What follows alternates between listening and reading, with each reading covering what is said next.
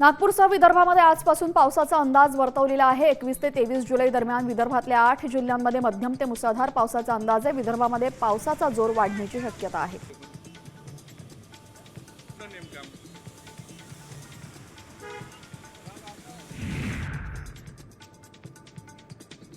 बुलढाण्याच्या खामगावमध्ये अज्ञात चोरट्यांनी चक्क कारमधून गाय चोरलेली आहे।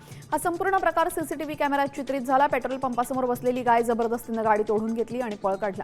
परिसरातले नागरिक मात्र यावेळेस संताप व्यक्त करत आहेत।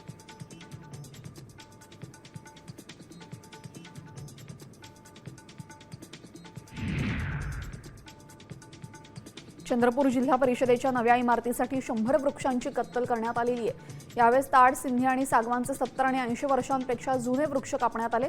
या प्रकारामुळे चंद्रपूर शहरातील नागरिक पुन्हा एकदा संतापलेत। चंद्रपूर शहरातील लोकप्रतिनिधींवर यांचा राग दिसून येतो।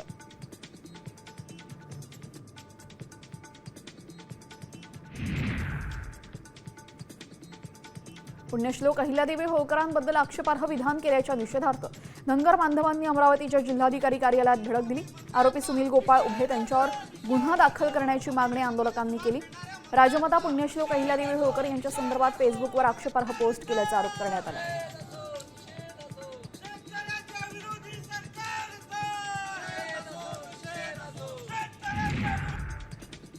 अकोल्यामध्ये मुदतबाह्य कीटकनाशक बाटली फोडून नव्या बाटलीमध्ये टाकत असतानाचा प्रकार उघडकीस आला। एमआयडीसी भागामध्ये विजय क्रॉप सायन्स कंपनीच्या उत्पादन स्थळावर ही कारवाई करण्यात आली। या प्रकरणी गुन्हा दाखल झाला असून 22 लाखांचा साठा कृषी विभागानं जप्त केलाय।